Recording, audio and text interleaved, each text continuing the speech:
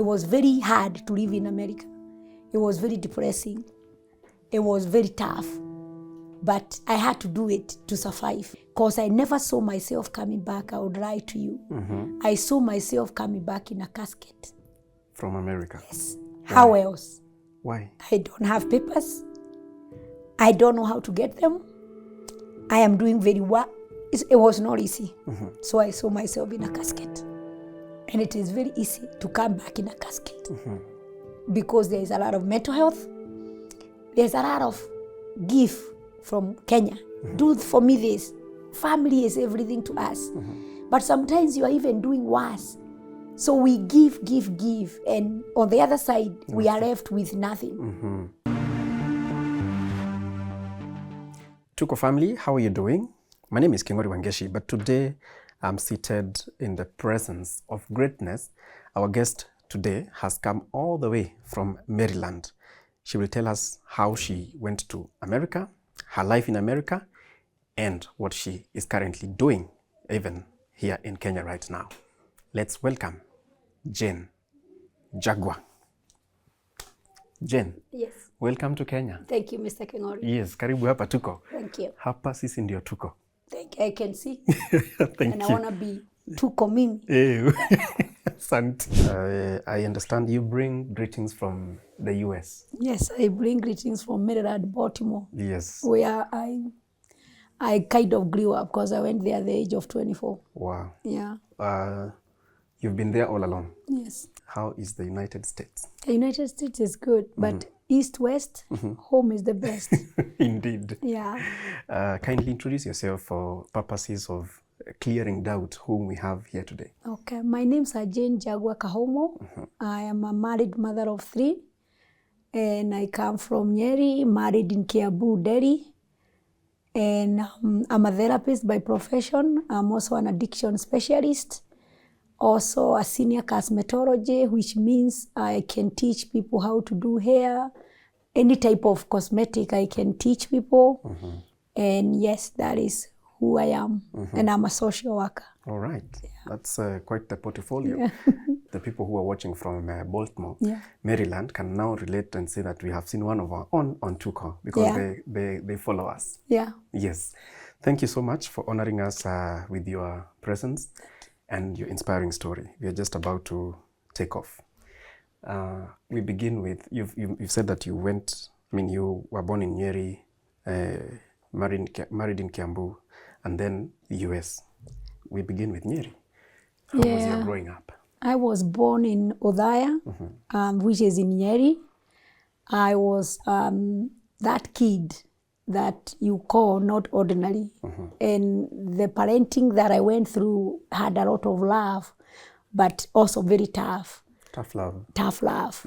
Yeah, so because there was something about me that would try to come out. And it made me actually at the age of 14, land in jail. Yeah, and when I came out, it went so tough, I decided to try and commit suicide. Why were you in jail at that age? I was in jail because the love that my mother had for me wanted me to look like any other child she had. We are 11 of us. And honestly, every child has their own personality. So my personality was too strong for my mother. So I used to visit salons. I used to kind of wear people's clothes, like I would borrow my schoolmate some pants. In my home, you cannot wear a pants unless you are married. And so my mother would know I did that. And one day I was in a salon and I was like, she was looking for me. And when she got me, she took me straight to jail so that I can know there is law and I need to change. But unfortunately, it was a little tough because I was at the age of 14 and I decided I need to end my life. And I stayed in Nyeri General Hospital for more than 3 weeks and I was blind. What? Yes. For those 3 weeks? Yes. And I restored my sight. And I went back to school and it was tough, but I graduated from Othaya Girls. And then from Othaya Girls, I graduated at the age of 16. but people graduate at the age of 18 because at home, my mother did not have anybody to live me with. So she took me to school with my other older brother. And so when I graduated, I remember somebody promised my mother, because she couldn't have, my parents, my father and my mother, they couldn't afford school fees for the two of us. And I was growing quicker, like, like how a girl grows quicker. So they decided they're gonna take me before my brother. So I actually graduated way before my brother, because my brother graduated at the age of 18, I did 16. And then I was promised a job in Ministry of Agriculture. So my mom was like, she's only 16, but they had to change my age a little bit to be 18. And so I was taken to Nairobi to start working for Ministry of Agriculture.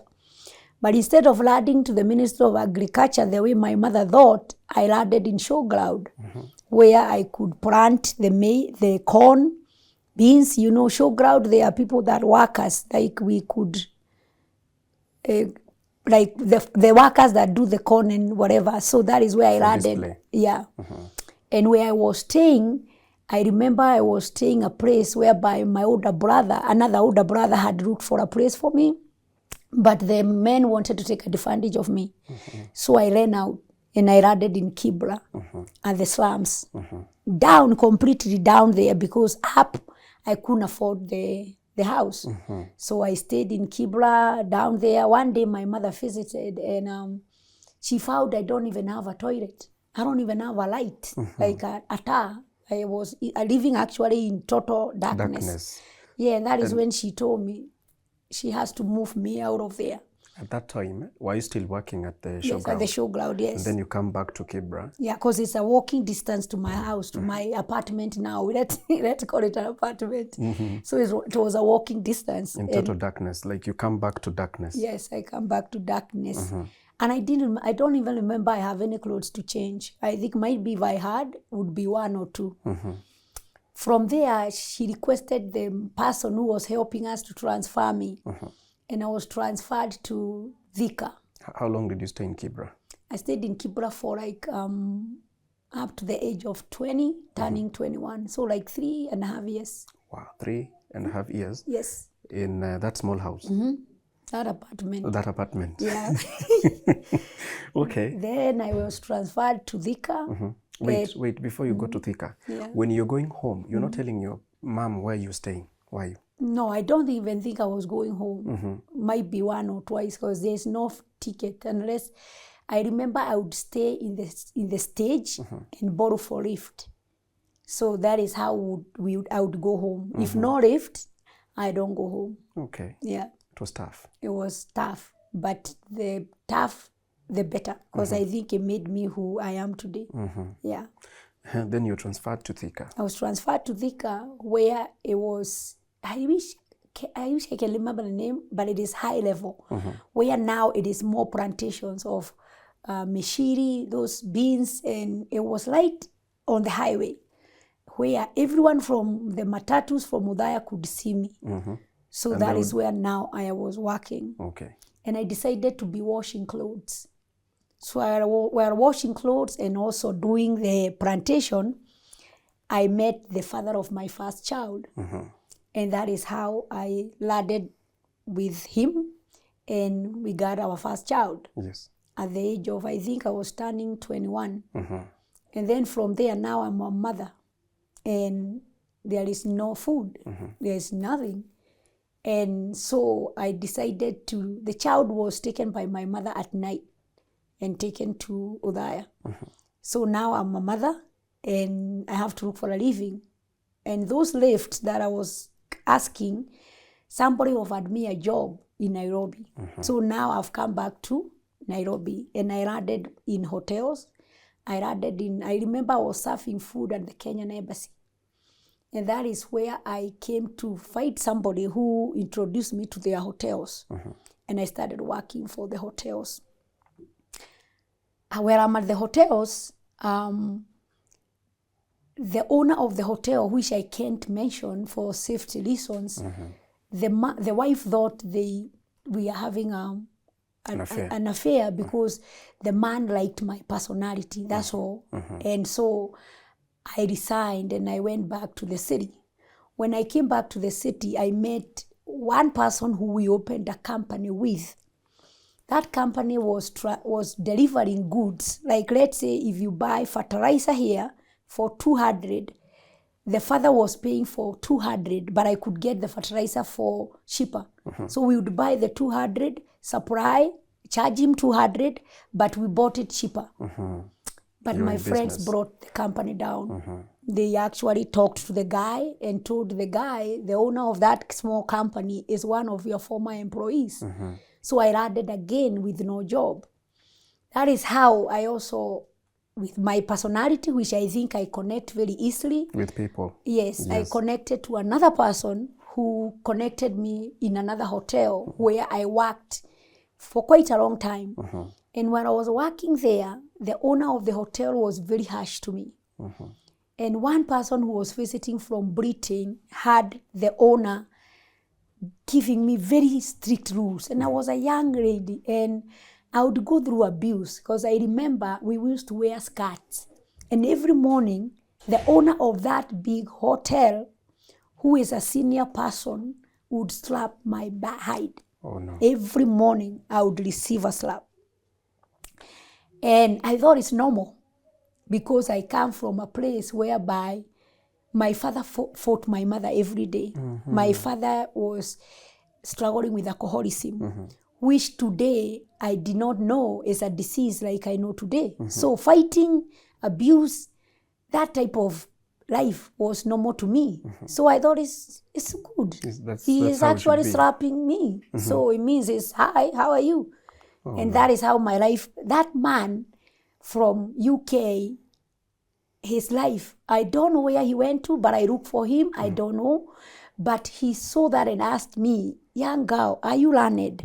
And I say, what do you mean? And he say, how far have your education gone? And I say, Form 4. And he say, would you like to go up? Because I don't like the way you are being treated. And I say, oh yeah. And I was like, okay. He actually told me, look for what you want to do. And when I was looking for what I want to do, I actually told him I want to be a secretary or a air hostess, because those were the things that I loved more. I enrolled in a secretarial school, but I never entered the class, even though he paid for it. The reason was, one of my friends told me, instead of you going to that school, ask that guy where he comes from. Tell him you want to go there. He used to live in the UK. So I told him I want to go to where you live. And he was like, we can adopt you. And I was like, okay. Did you know what adoption is? No. But I was scared because at the American embassy, where I used to serve food, there was somebody who wanted to adopt my child, because that place I was serving while I was pregnant. And I was told to say no. So I didn't know what is adoption, but I didn't care. If it's what it is to make me go to where he is, I am ready. So he did not adopt me, but he tried to ask me to go get a visa. And I went to Britain embassy, but I was denied a visa. And then he said, if you're denied a visa, I still want to help you. There's something about you that I don't want to give up. So he told me, would you want to do business? And I say, yes. So he told me, go look for clothes, put an exhibition. And that is where I put an exhibition. And if you know Njagua, the honorable, that is who I would leave. He's my nephew. And I would leave him there. He still is, and he was very humble, very good at being sent east, west, wherever. He's good at running errands. He is good at running errands. He was good at listening. He was good at almost everything. So I lived with him, and I would leave him at the exhibition because he also did not have school fees. Where was that shop? The shop was in these exhibitions in not Moy Avenue, the street where number 9 and number 6. Oh, those days there were numbers. Yes, those days there were numbers. And so from there, I went to Dubai to get clothes. So you had started doing well now? No, I'm just traveling. Somebody is paying for the ticket. And who's that? The one who wanted to adopt me from UK. Okay. He told me to do business. So he is sending me to Dubai to buy clothes. But when I arrive in the Kenya, my mind is not there yet. I'm still a young person. I'm still a mother.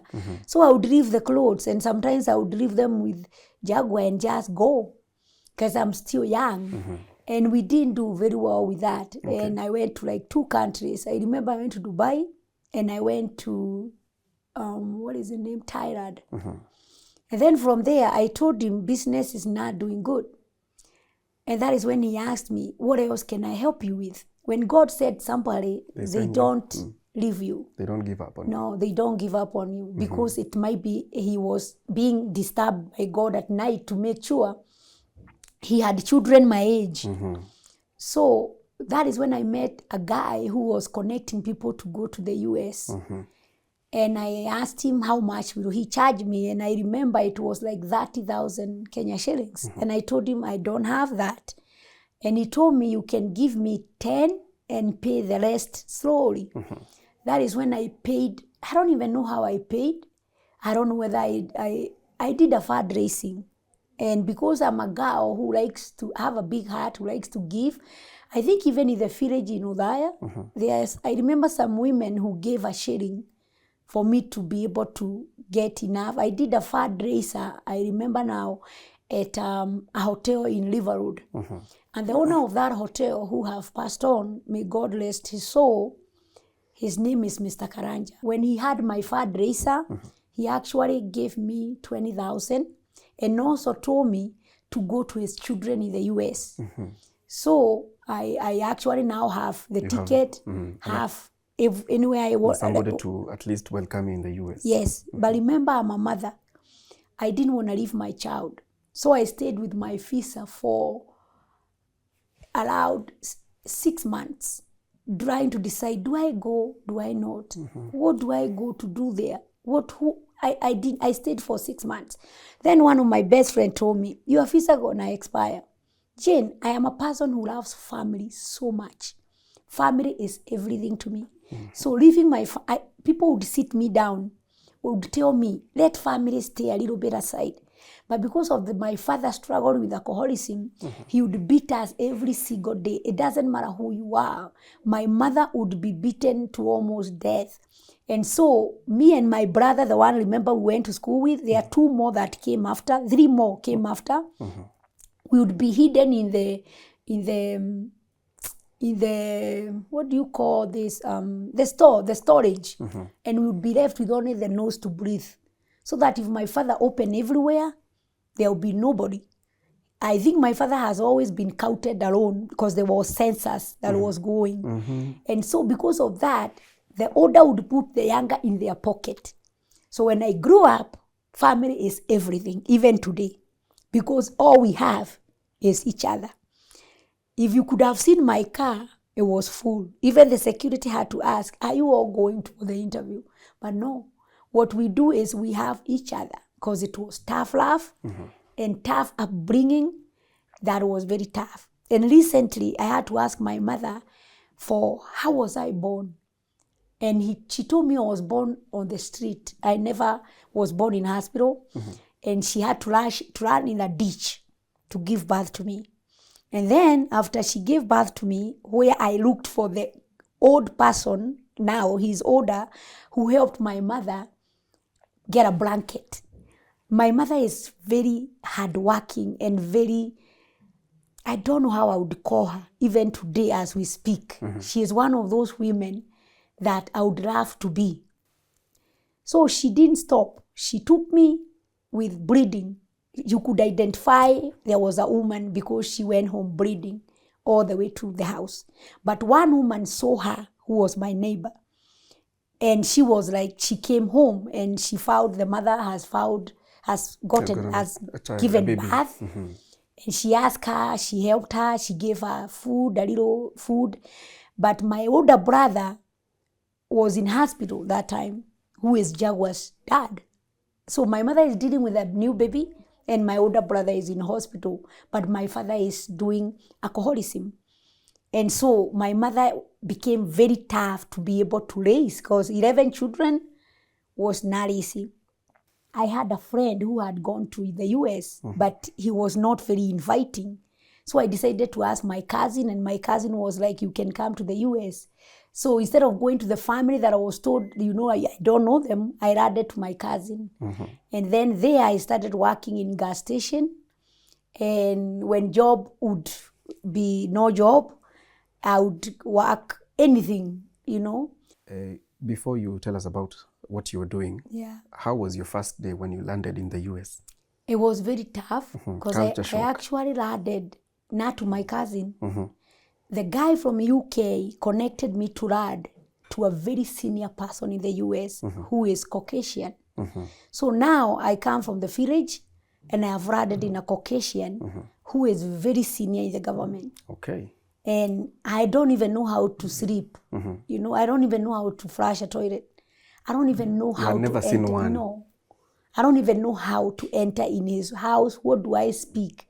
So I became very scared, kind of trauma, But because of the personality I have, I was able to pull out. And because he was Caucasian, and I'm coming here because now I have to change my life, I decided to run away. So I ran away. From the people who are helping you? They are not helping. They are following the rules. When you run to the US, there is people and there is people. So they're going to follow the rules. I decided to tell my cousin, help me come out of this hole. So I told the Caucasian, I'm going to travel to Texas, where my friend was. And then after Texas, I will be going home, and I might not be able to pass back through you, because my ticket for going home is in Texas. You know how you book here? Because I had to stay exactly the days the visa is saying, or however the days you are given. But remember, I'm in a mission. I won't be able to follow the mission. So he allowed me to go, and that is where now I entered Baltimore, like the real Baltimore now, where my cousin is, where people are. But I went to Texas. But in Texas, it didn't work very well. I went back to Maryland, Baltimore. My cousin got me a job, the one I'm saying, the gas station, the caregiving. I also got a parking lot job. So I was working for 3 jobs. 3 jobs at the same. The caregiving is at night. The others are daytime. In shifts. So now when I'm there, my heart is broken because I left my child. And my second older brother passed on. But I did not know. Because if they know, I know, I come home. Remember, family is everything. To you it is. To me. So they didn't allow me to speak to my mother until the last day of the funeral. The reason was, if I go home, he wouldn't be back. I am the right of the family. I am already in the States. So they actually saved me to stay there. It was very hard to live in America. It was very depressing. It was very tough. But I had to do it to survive. So I did it. And I talked. I'm very easy at connecting. I have a free spirit. Now I started connecting. And through connection, I got those jobs. And I decided to try other things. In that gas station where I was working, we would go to an African restaurant called Rafiki. And that is where I met my husband today, who was my boyfriend at that time, because we started dating from, I was working in the gas station and he is working in the restaurant. And we started dating from that time. But my heart was with my son. How do I get my son? Yes. And he would ask me, you don't love me, Mom. Why did you leave me? And I would tell him I love you and I will try my best. The first thing I did was to put a tattoo. If I take off this jacket, there's a tattoo, which was, I love you. His name is Camero. So I told him on my tattoo, I love you. Because I never saw myself coming back. I would lie to you. I saw myself coming back in a casket. From America? Yes. Why? How else? Why? I don't have papers. I don't know how to get them. I am doing very well. it was not easy. So I saw myself in a casket. And it is very easy to come back in a casket because there is a lot of mental health. There's a lot of gift from Kenya. Do for me this. Family is everything to us. But sometimes you are even doing worse. So we give. And on the other side, we are left with nothing. So... Are you talking about what we call black tax? Yes. So while I'm at those three businesses, beauty was my passion. And remember, it added me in jail. So while I'm there, I invited my brother. And when my brother came, he told me, see, you wanted to do beauty. Why don't you go to school now? That is when now I enrolled in school. So when I enrolled in school, I also looked for how to get papers to stay in the United States, which when God is on your side, nothing is impossible. I was able to get the papers. So I was able to pay school half, and half was paid by the government. Wow. So I started going to school. That is when my father was sick. He was ruled out that he can't live. But I was like, no, my father will not pass on. So the highest doctors here, we tried everything, but it could not work. So I decided to ask my friend, sorry, that is a backup a little bit. That time I don't have papers, so I can't invite anybody. So I told my friend who had papers, would you invite my father? And God is good because my father and my mom were given a visa. And he came for a back surgery. He was on a wheelchair. As he was coming. And I did a fundraiser, the first one. The doctor needed $5,000 to see my father. Myself, I've never hold $5,000. But between the 5,000, it will be my father's death or the 5,000. I decided to ask for a loan. And my brother, the second brother, the one that was ahead of me now, I already invited him in the US. So we did a fundraiser, and we got something, and we paid the doctor, and the doctor allowed my father to come in, and he saw my father. And from there, that lady, her name is Dr. Gladys Kishomo. I'll forever be grateful to her. She actually told me, can I lend you money? And I say, no, let me do a fundraiser. So I did a fundraiser. My father had a surgery. Half of the family were against the surgery because my father was in his 70s, around his 70s. So back surgery was something not, every family was not willing to go for it. So half was no, half was yes. So he did the surgery and stayed in a coma for almost a month. So remember, the half of the family is blaming me now. Yes. I am with my mother. Depression sinking. I went to see a doctor. I was prescribed depression medication. And my father woke up somehow, because I cut it short. He woke up and he did the therapy and everything. And months later, my father was walking. So he arrived in Kenya walking. And he went aloud our city, telling people, don't you ever cancel any of your children. Because this one was the one that I ruled out. But she is the one now that is more than 10 men. He passed on through a road accident, but he kept saying, I am more than 10 men. And if he ruled me out, like he would have done, because I was not ordinary. And it was not like I was doing much things. It's just like I loved beauty, I loved lipstick, I loved pants, I want to wear shorts, I want to have hair.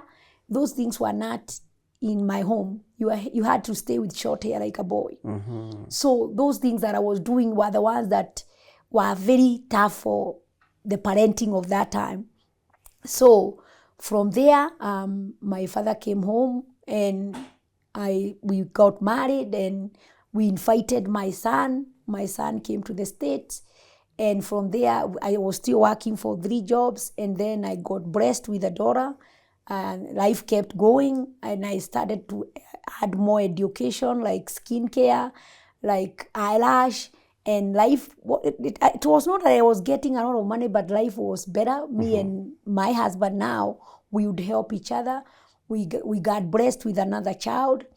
And when I was doing all that, I was helping a lot. When I was growing up, there was no chapati in our home. It was only Christmas.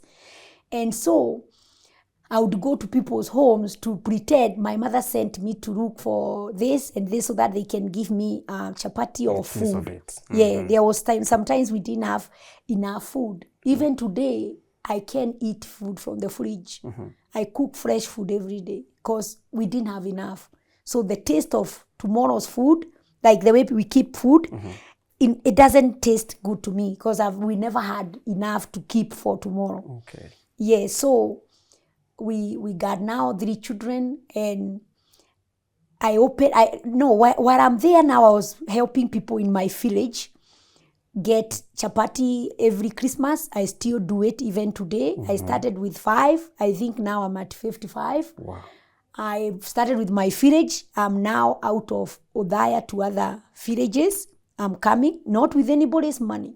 No. Your own. My own from these 3 jobs. My husband started doing the aged generation in our place where I'm married in Delhi, Sabesi, and we still do it. And life, my husband went to school, he graduated, now we are doing much better. One day I had an accident, a terrible one. And when I was in the accident, I knew my calling and I knew my purpose and I knew what God wanted me to do, but I kept denying it because I don't have the money. One day I was in church and a pastor who don't know me very well, and remember I'm those who sit at the back because I partied last night and I drank. You know, I'm a regular human being, so I can't be at the front. I've never mixed the word of God I do not joke with the word of God. But people don't see it that way because they think those people that go to the clubs, those people that dress jeans, have tattoos, are not Christians.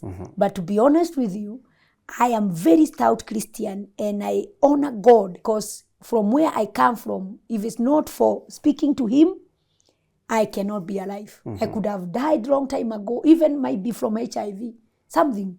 But because of God, I kept going. Yes. So in the church, that pastor called me all the way at the back and brought me at the front. I'm one of the people when I reach at the front of the altar, I just fall. Because there's something about me with God that connects. I fell. But I remember her saying, this woman will be doing mighty things to God. I remember her telling me, Jane, if you don't listen to God, you'll be swallowed like Jonah and be thrown in Nineveh. And I knew what God wanted, but I still did not know, how do I do it? Where is the money? God, why do you keep sending me to the people experiencing vulnerability? While you know me, I'm also vulnerable. But God does not work that way. God will make you actually give your money to that person while you have nothing. So one day I had a terrible accident. I was actually negotiating. Now Njagua has come to the US. I've told people I have a brother who is a musician, and people are like, what? Jane, you don't even speak Swahili. I'm very bad with Swahili. And I'm like, no, my brother is big. So Njagua came. It's a big artist in Kenya. Like, not that time. Oh, that time he wasn't. That time was bad because even at his concert, I begged people to attend. They actually said, we're going to attend for you, Jane. We don't know your brother. And I was like, I was pregnant. And I told them, okay, come. So they came, and whatever we got was a loss. But I had $200 from the loss, because it's what, you know how they pay at the door. So I told Njagua, you are performing at New Jersey, just get this. And the first time he came, he was deported. I had borrowed money to pay for his ticket. He paid half from nowhere, and I paid half. So he was deported, because once they saw him come, he had carried a dress for my daughter who I was expecting, and a shoe for the person who was changing our lives, like giving me parking job, things like that. His name is Steve. So he had carried a shoe. And so the people ask him, if you're an artist, you are going to perform, why do you have a dress? And why do you have this shoe? This is not your size. And they actually asked him, how much do you have? And he said, I think he had $100.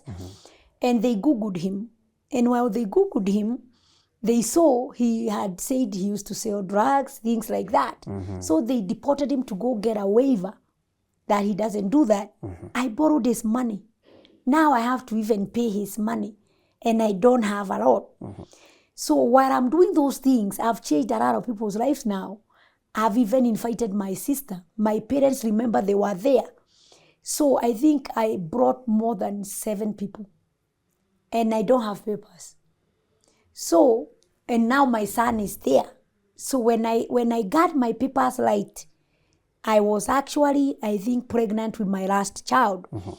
And I traveled here. And my father died on the way from the airport. Oh, no. And I thought, am I carrying the death? How did he die?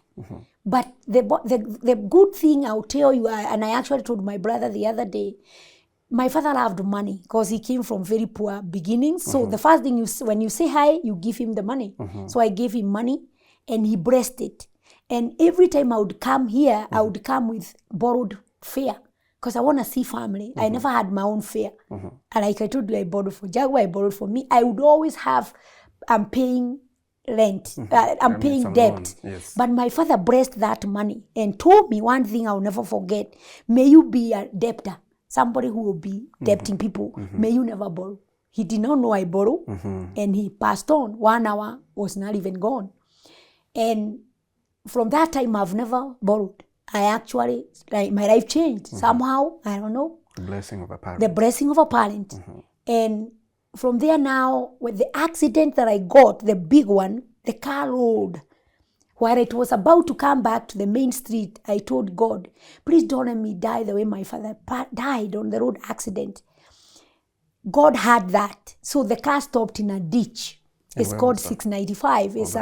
It's a place where cars go like this.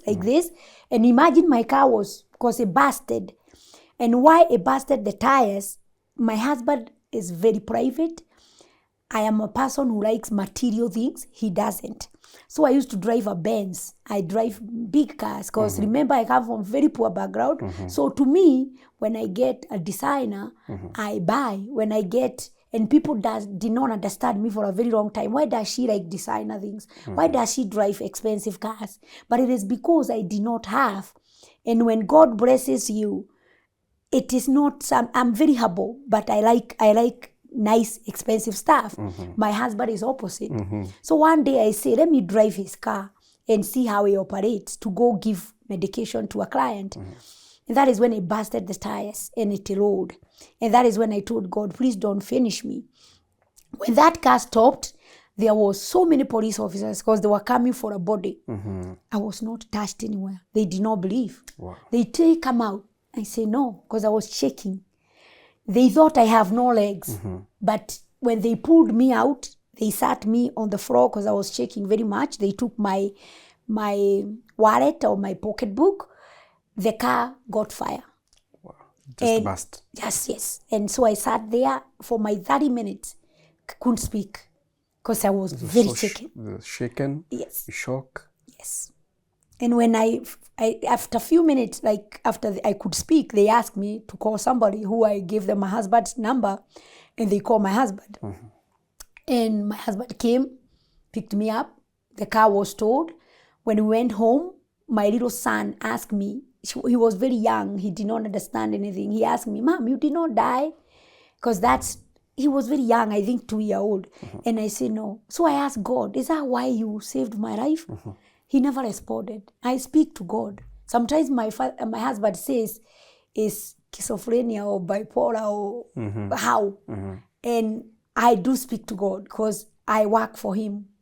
So I went to the bedroom. I'm not those people that pray kneeling down. But this time I knelt down. And I asked God, please, I don't want to go through what I went through. I know what you want me to do. But tell me why you saved me so that I can be able to do it. God did not answer. So I was very kind of not happy, depressed. That time I used to own a salon. And in the morning I went to the salon in a very bad mood. And Westgate was hit. You remember when Westgate was hit? Yes. So when Westgate, I thought maybe that is why I had that mood. Because before the accident, I was not hurt. Now the Westgate, God is not speaking. But I forgot about God and went to work. While at work, I received a call from one of the biggest channels in America. Remember, I am nobody. And they said, we are looking for Njagua. And I said, this is she. And they say they are channel 13. They are looking for me because they were told I'm the only one who can speak on behalf of Kenya. Oh. Remember, I'm nothing. Yes. There are many people there. There are pastors. There are senior people. And I told them, no, not me. I can't speak on behalf of Kenya. And they say, not just on behalf of Kenya. We want to come to you, call one of your family members, and let's know life, how is going life. Like, let's not hear from this is what is happening. So I say, okay, you can come at 12.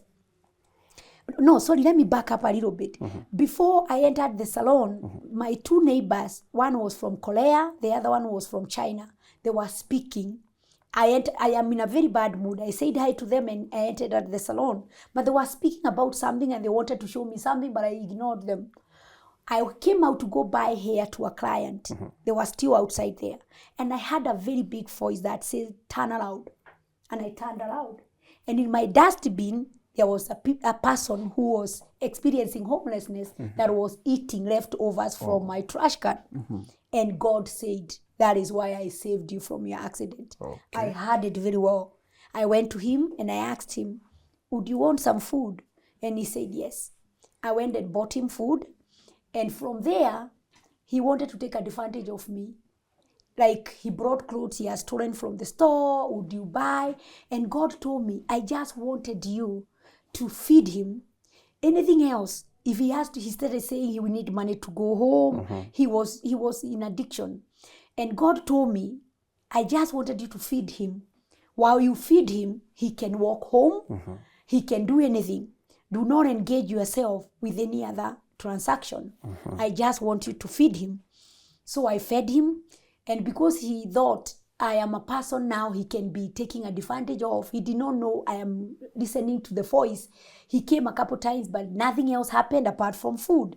When I gave him canned food, things like that, he refused because he wanted money to buy drugs. So his connection ended up, but I have already known why God saved me. I asked God, now you're telling me to go feed people experiencing homelessness. This is my salon. It's a big one. It doesn't make enough money. How do I do this? And the name of my salon and the name of my cosmetic line, which I'll tell you at the end, is Rikachi. My 3 children, Lincoln, Karera, and Shiko. God told me, leave Rikachi to me. Do not even market Rikachi. I want you to be the global voice of the voiceless. I had the name global voice of the voiceless. So I was like, okay, very chicken. I had the call. Now that I was telling you, the TV is calling me. I was starting to be now life has started. And when they came, they asked you. They were taking pictures of Rikachi and they did this.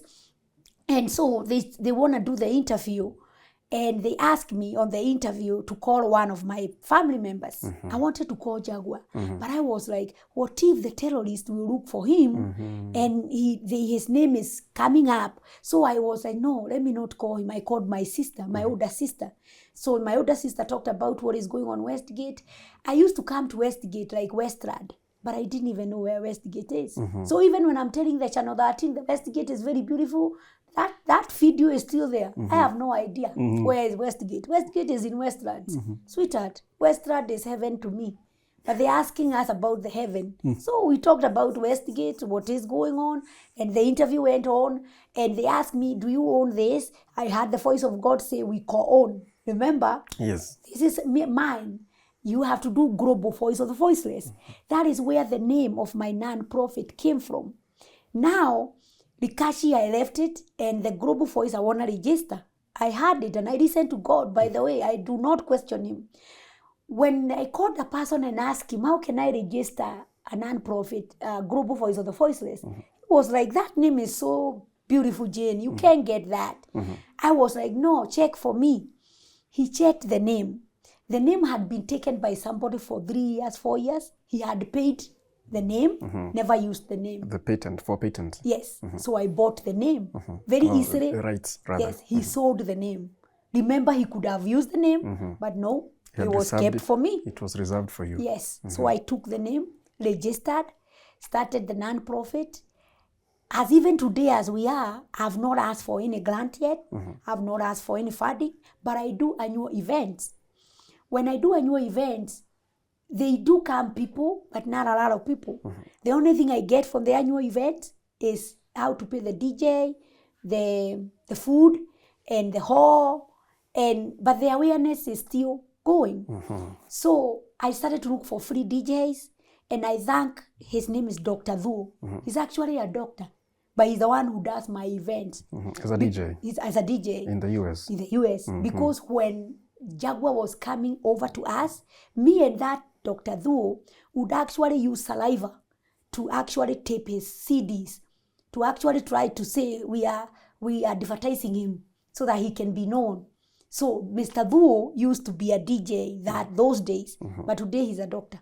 But he is always the one playing my events. And I started telling people to cook for me, because even affording the chef is not possible, because people have not yet known my purpose, my calling is bigger than me. So when I was working those 3 jobs, now I'm a mother of 3, I had a very nice, I connect very well. There was a client that I stayed with for 10 years. And at those 10 years, he just wanted me to open the windows, close, and he would pay me a whole day. What do you mean? Like, go open his brides. He was very rich. He was a billionaire. May God rest his soul. That was a whole shift, open and close, because God was in the purpose. No, that was your job in his house. I'm supposed to go care for him. He was struggling with alcoholism, but he doesn't need any care. He was a guy, and he was Caucasian. He was actually a person who was opposite of my political belief. Like, let's say when President Obama won, he broke his TV. And I was like, how do I do it here now? Because this is my job. I called my husband. My husband, I'm very emotional. So I work with emotions sometimes. Every woman works with emotions. Men work with reality. So my husband told me, this is your job. Pretend you're also shocked what happened, but go downstairs, shake it up, aguka nayo. So I went downstairs, called Kenya. I was actually almost leaping off my clothes. President Obama is in. Kenya is a holiday. He's upstairs, trying to buy another TV. And when I would go upstairs, I would serve him, and pretend trying to fake my smile, but I would go downstairs, enjoy my life, because life have changed. We have the first African-American president who is actually half Kenyan. I am Kenyan. So after that, But your job was to open and close his blinds. Yes, because God was in the purpose, because I was supposed to stay there 8 hours or 12 hours. It was supposed to be 7 a to 7 p, but he did not want me there. So, and I was through the agency. My work was to just open the brides for him. He was a lawyer, so they could not tell him, no, let her stay there. The client has a life. And he would say, I don't need her here. And by the way, he would tell them, I am paying you, so I want you to listen to me. I want Jane to come here. Whatever I want Jane to do is what I want her to do. So I would go, give him his meds, open the brides, go to the salon and work the whole day, and come back, close his brides. And he was my best friend. He loved me to the moon and back. May God rest his soul. So life is now going good, because there I was getting paid as a caregiver. I'm also working in the salon that God has blessed. So life started getting better. When I was working for the second client, this one passed on from alcoholism. Where I was working with the second client, who also, he had cancer. A fellow Kenyan made me lose my job. She said things that do not exist. And because she, like sometimes when God has a purpose for you, you will think you lost your job. But that's what I thought. I was in California visiting my friend. So when I'm in California, I was called by the agency and I was told I over-medicated the client. I talk on the phone all the night, or the whole night. A lot of fake things. To be honest with you, because of working in the salon during the day, I would be so tired When I would go to work at night, I would only speak to my children and my husband. Did you eat? Those type of things. I would not pick anybody's call. I respect a job. And it's not like he didn't want me to pick the phone calls. No, I respect we used to talk. I would stay with him, talk. When he sleep, I would go he had allowed me to sleep. I would go to sleep. I need to sleep because tomorrow morning I'm in another shift of the salon. And also, you are a mother. You have to take the children to school and those type of things. But the lie was I am speaking on the phone while I'm at work. I'm doing this. So I lost my job. That agency was the best paying agency. I felt like I want to sue them because it was total lies. They said I would go outside at night and the neighbors would see me. The house have cameras. There were snakes outside. How in heaven's name am I going outside in the middle of the night to speak? And I'm actually very scared. You can't be outside at night. So the lies were you could see them. My husband told them, people lose children and they still move on. I used to drive around there to just see. When you work for that agency, you are not allowed to, once you're fired, you are not allowed, like, let's say 10 meters to the client. You can never call the client again. So I've lost now the client and I've lost everything. And I loved that client. And the client had told the agency while he was speaking, cancer was getting far up. He had told the agency, if there's anybody I want never to be fired, it's Njagua. And now I'm fired. He has cancer stage 4 now. He is in a hospice bed. He's dying. He doesn't know I'm already fired. You see, so I'm feeling bad. So I left because if you go to the client, you're going to get sued and I don't have the money for that. Yes. But I was very heartbroken. And where I'm at that heartbroken, the guy died, got buried. And one day I made a call to the agency to ask for a question. Because my husband told me, don't even try to sue. Let it be. And I was like, okay. I made a call to the power of attorney for that man who passed on. And I wanted to ask him, how is so-and-so doing? And he told me he passed on. And I was like, where is he buried? Can I go to his grave? He had made promises to me that I should never leave him. And I want to go to his grave. And that is what happened. Where I'm in that mourning season and broken season, this person who had made me lose my job did not even work a day for my shift. The guy died the shift I'm supposed to report. So she had already made me got fired, but she never got my money because the client died the day I was supposed to report work. And I've already told God in my caregiving job, never let me see my client pass on. So God protected me from seeing him pass on. Yes. But I thought I lost my job. No, I didn't lose my job. So I asked God, now why did that person make me lose my job? But I had a voice telling me go to school. But me go to school? I'm a cosmetologist. I don't know school. So when I told my husband, a voice is telling me to go to school, he actually laughed loudly. Say, you go to school? And I say, yes. He said, don't go to the shorter semesters because you won't make it. Go to the longer ones so that you can stretch the classes. And I said, can you pay for me? And he said, no. I called a friend of mine. Her name is Dr. Caroline Jane. God bless her. She was like, exactly. You are hearing to go to school? Yes. How much do you need? $1,000. She brought the 1,000. I enrolled to school. To cut the story short, I didn't know what to do. I didn't want to do anything that I needed the money now. So I asked, how much? Where do I get the money? And they said the dental. So I asked the person who was enrolling classes, dental and addiction, what would you do if it were you? And he was like, where is your passion? Is your passion with the dental? Is it your passion with addiction? I say addiction. Say go for addiction. So I started with addiction. Went for diploma. Went for associate. I didn't pay for anything. The government was paying for me. Wow. I went from there to social work. I went to the university, a 4-year university. Did my bachelor's in social work. Now I've graduated with addiction associate, and I've now graduated with social work, mental health. I did my master's in mental health. And now I'm doing doctorate, graduating next year. Yes. So with mental health. 2025, you're calling it Dr. Jane. Yes, I'm going to Njagua. be Dr. Jane Njagua Kahomo. Wow.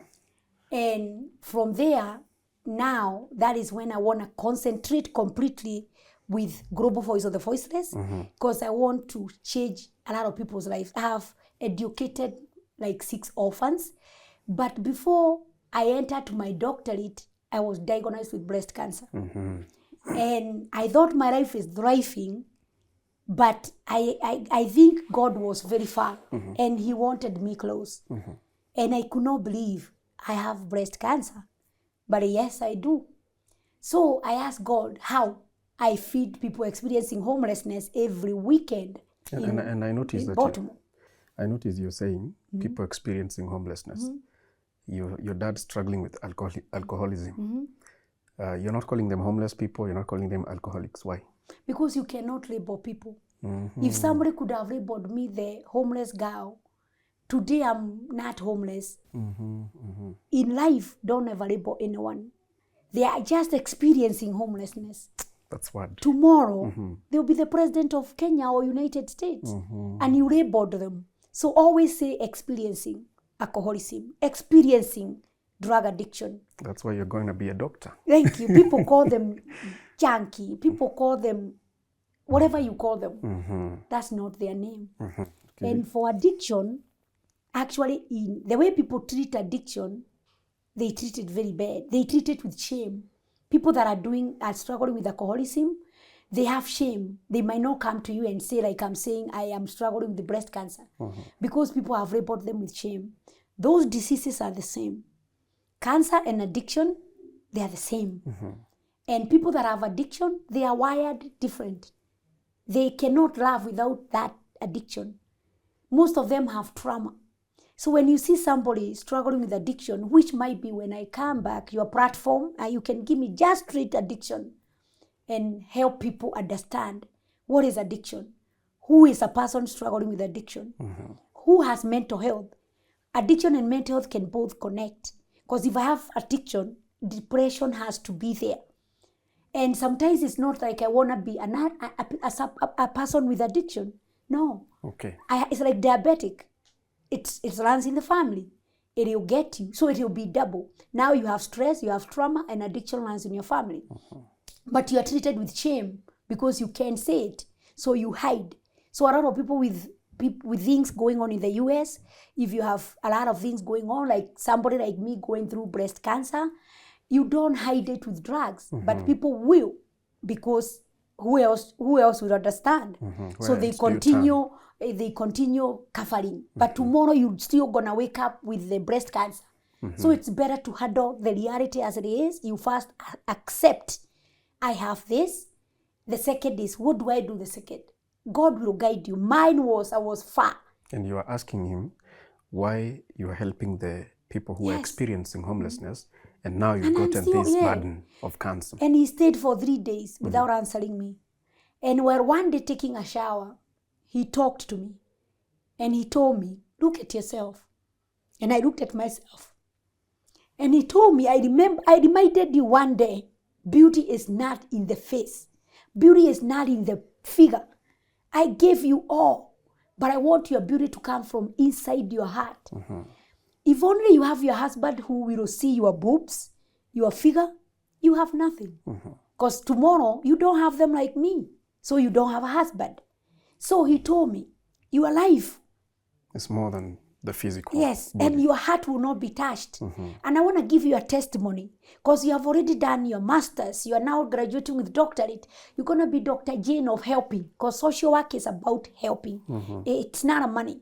You might be paid more than me even being a doctor, because it's a calling. Not everybody can be a social worker. Social worker is like pastor. And now I've already gone so far. I'm about to graduate. What will you be telling people?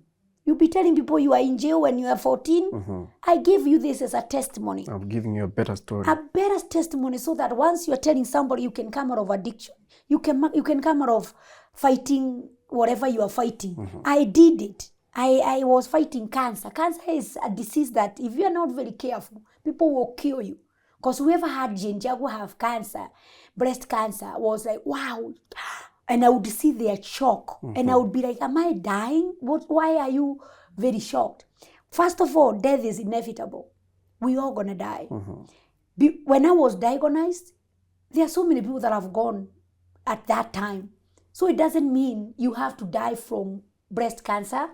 But if you let depression sink in, you let things go now, like become worse. You're still gonna fight that breast cancer, but now you have depression, you have addiction, because you're gonna be prescribed pain medication, and you're gonna be taking more, so that the reality of the matter. So the best thing is to have to understand, you accept it, look for support system, look for the best doctors, continue now with the process of either removing it, whatever they will tell you, and now you move forward. So to me, in Kenya, I wanna let people know, people don't get checked for cancer or mammogram. And cancer is here. My cancer does not run in the family. My cancer is age-related once I turned 50, hormonal-related from my birth control pills or IUD.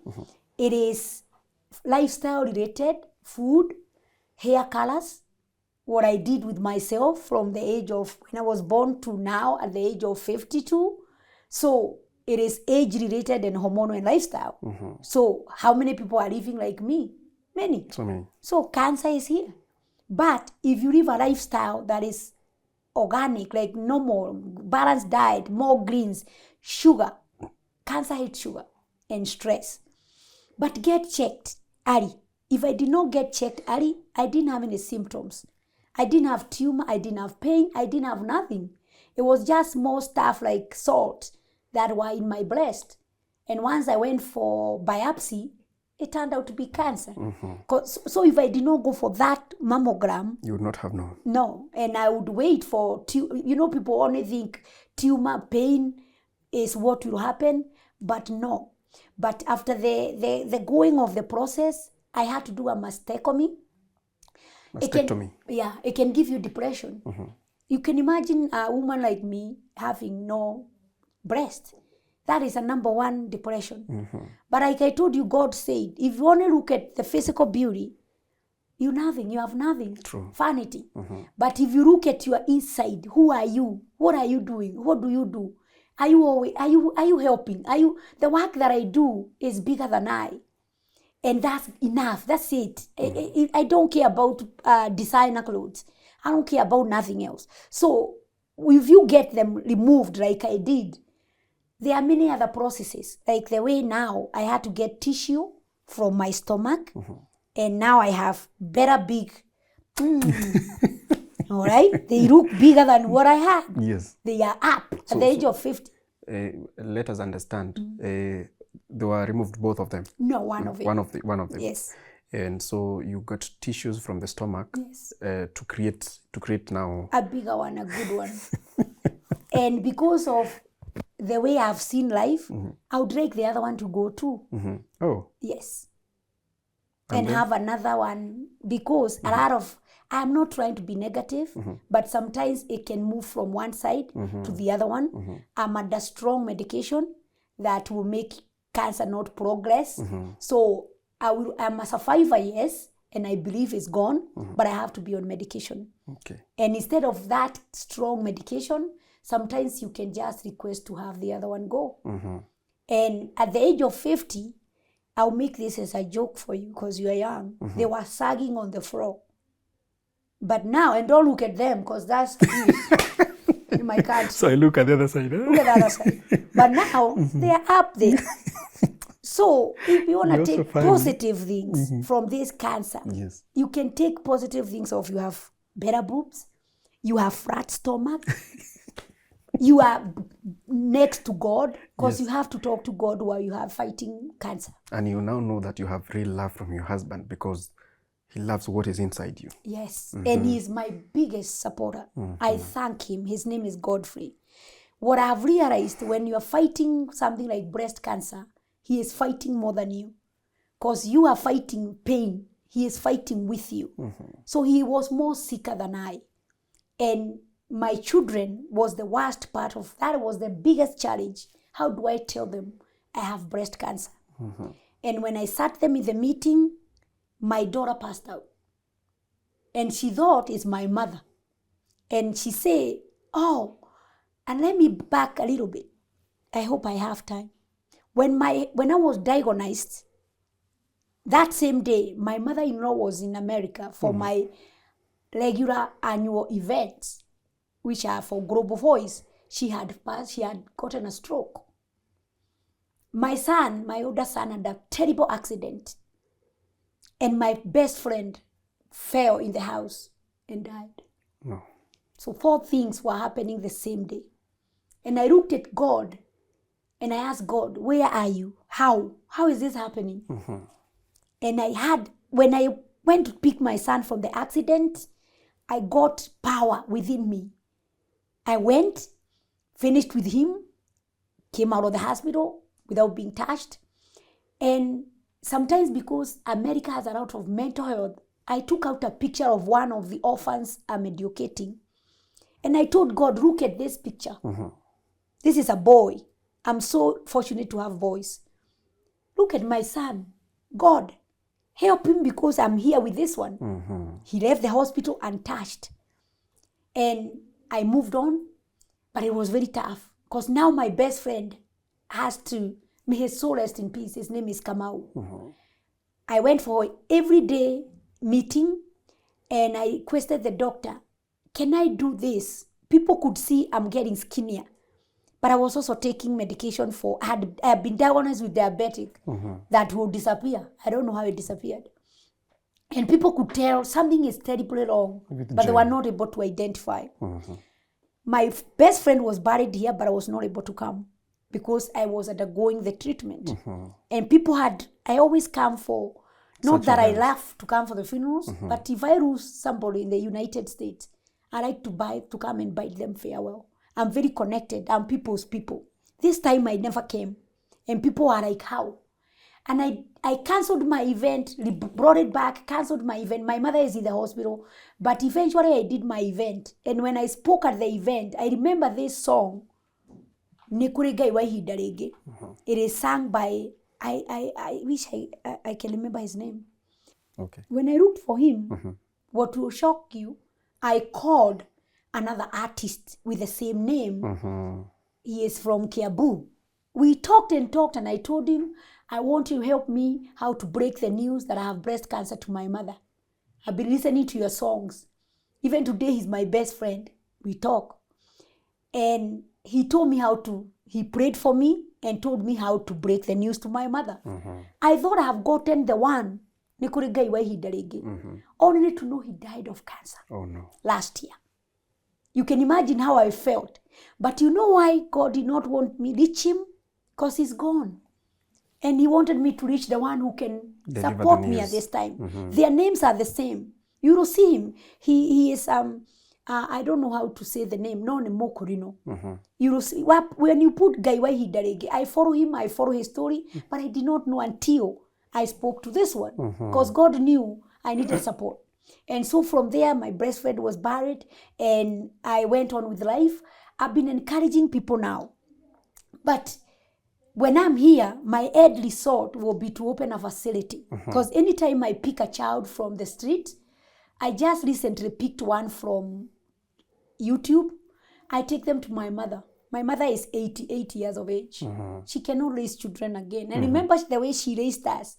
So I want her to have a peace. I want her to be happy. So it's gonna be very hard for me to help a larger people.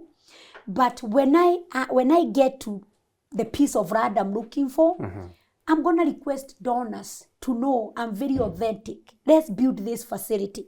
Let's bring people. It's gonna be a non-profit, meaning nobody is paying anything. It's gonna be funded. If it is in the US, let people understand.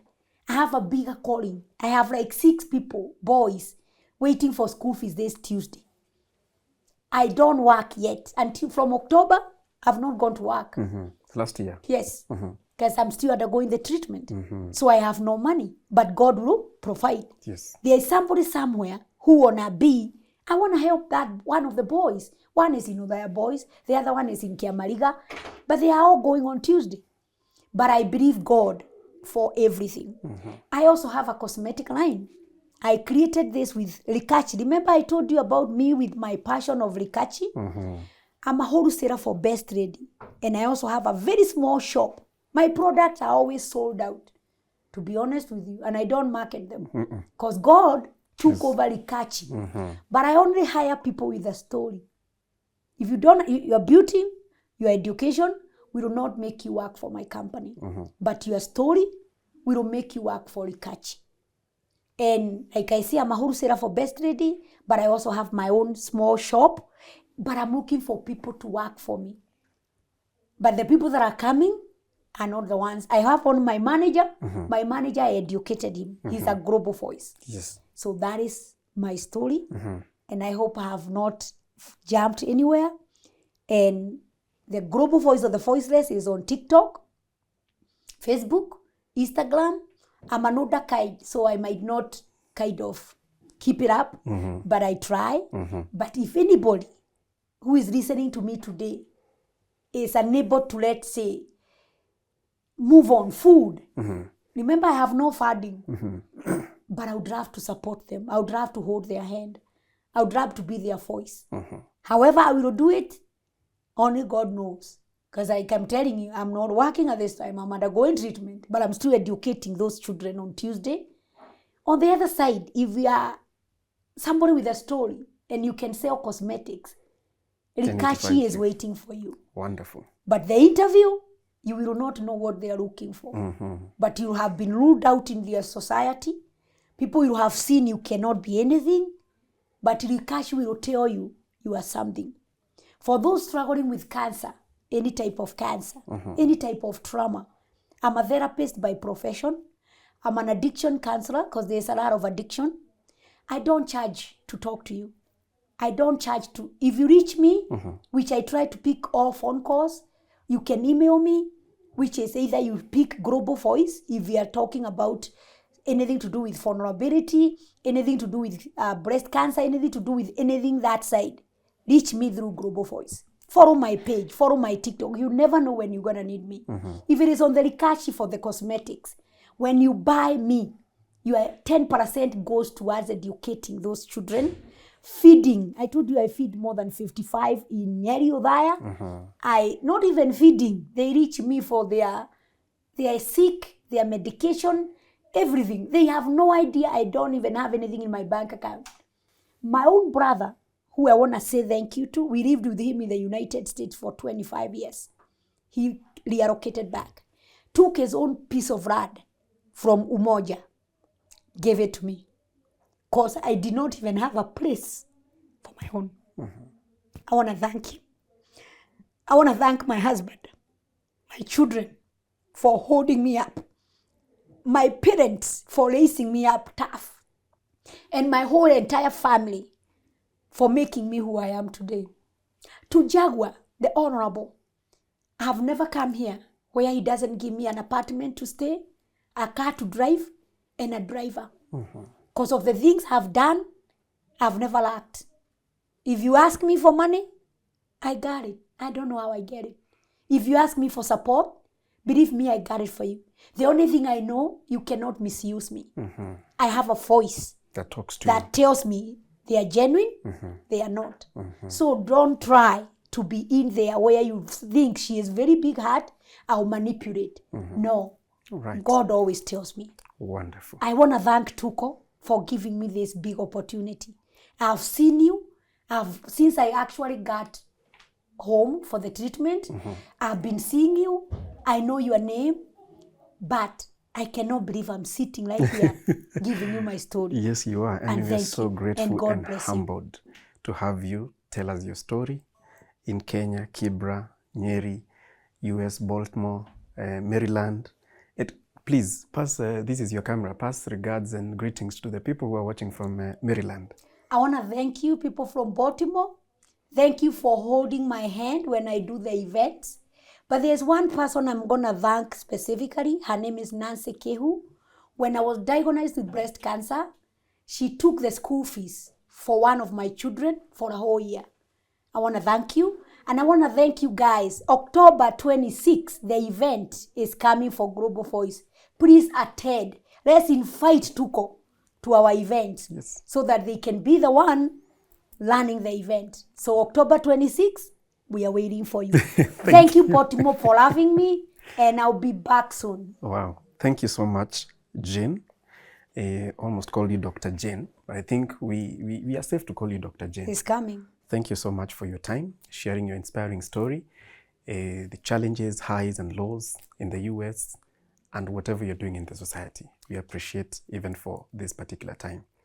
And when you go back to Maryland, also physically pass our regards.